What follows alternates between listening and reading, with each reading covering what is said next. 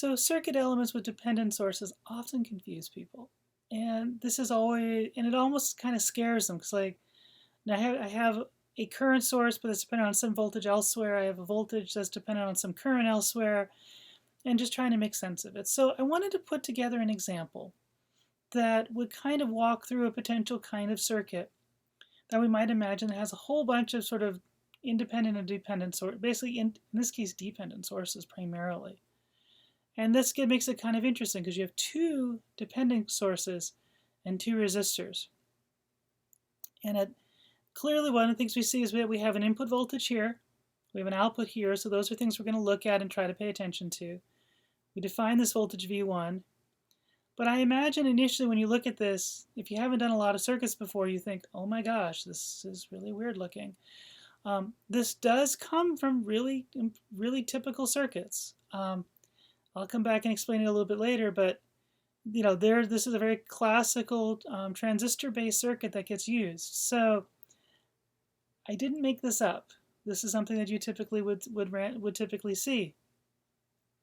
So here's the thing. How do I begin to analyze it? This looks really scary. Well, one of the first things is anytime you have these kinds of elements, it's good to take a look at your currents coming off and try to make sense of what am I dealing with. And one of the things you notice is I've got only one primary loop outside of the current sources. And in fact, current sources will add, of course, they're going in opposite directions, so know that that means I've got to subtract them. If I'm looking at the current going in this way, that's going to be this value GMVN. GM is just a variable here. And then another one, GS V1, which is related to this voltage here. And you're thinking, okay, well, let's just at least write that, and then I know that current's going to go this way and then come up through this resistance. Which means that I would say V out would be minus this current times the resistance. So I might imagine I'm going to get a negative sign in here somewhere, maybe. We'll see.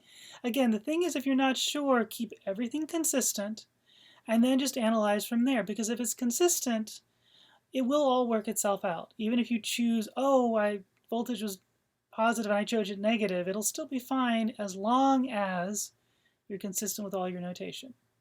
Okay, so you'll get better what you choose over time with practice, but know it's always consistent.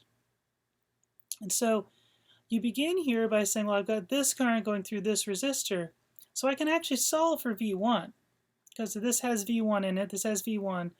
Vin is something I'm going to be inputting, so as a result I can directly solve for it, which is where these two equations come in. I write this down, just simply writing down what V1 is, and I notice V1's in there because it's part of the dependent source. And I get this very interesting expression,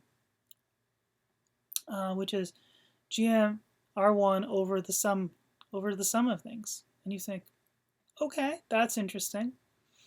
For those who kind of think about some of the more transistor circuits, this ratio of the G and the R really have a question of what kind of gain might be happening. Okay, so that's kind of these terms start to show you what becomes very important in some of these questions. And for those of you who are paying attention from a transistor perspective, this GS has a lot to do with the source conductance on that FET. So there's a way to linearize this, and so that's where it comes. The GM would happen off the gate terminal. For those of you who don't know transistors, don't worry, you'll get there. You'll get there soon enough. And so, very interesting sort of cross, and you can kind of decide, well, which is bigger, which is smaller. I can then also look at V out, and I would say, okay, now what do I need here? Well, again, I have R2. There's a minus sign that's going in the opposite direction times that particular current.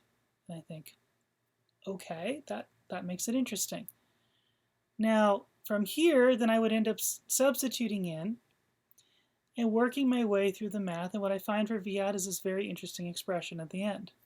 And you think, okay, this works out pretty well. And so I can directly solve it. It does give you some very interesting relations, but I can then sort of go through and calculate what's going on. And so let's say if I start putting in some typical numbers of 10K and 100K and a couple other numbers as I work my way down for both of these GM and GS terms, you can just directly then plug in and say, well, what is V1? And it's like 50 over 101, which is close to 100. So we're just going to call that about half of Vn. And this is what we would actually expect. And given the parameters I chose, this is exactly the kind of numbers I would be seeing. Given that, I'd be asking, well, what is V out? Well, again, it's going to be, I can plug the number straight into this expression, and what I find is about 500, again, over about 101. Let's call that 100. So it's about minus 5. So it is negative, which is what I expect, is 5. Interestingly enough, another way to talk about this is that this 5 is the ratio of R2 divided by R1 with this additional sort of half factor that was brought in there in the first place. And so you kind of get a very interesting kind of circuit and structure in here. And so as a result, these things that look scary turn out to be very, very relevant. And further, what's really important to know is that these come from real circuits. We don't just make these things up just to find interesting and crazier problems, but we do this to kind of find approaches that we really want to solve circuits that we really care about.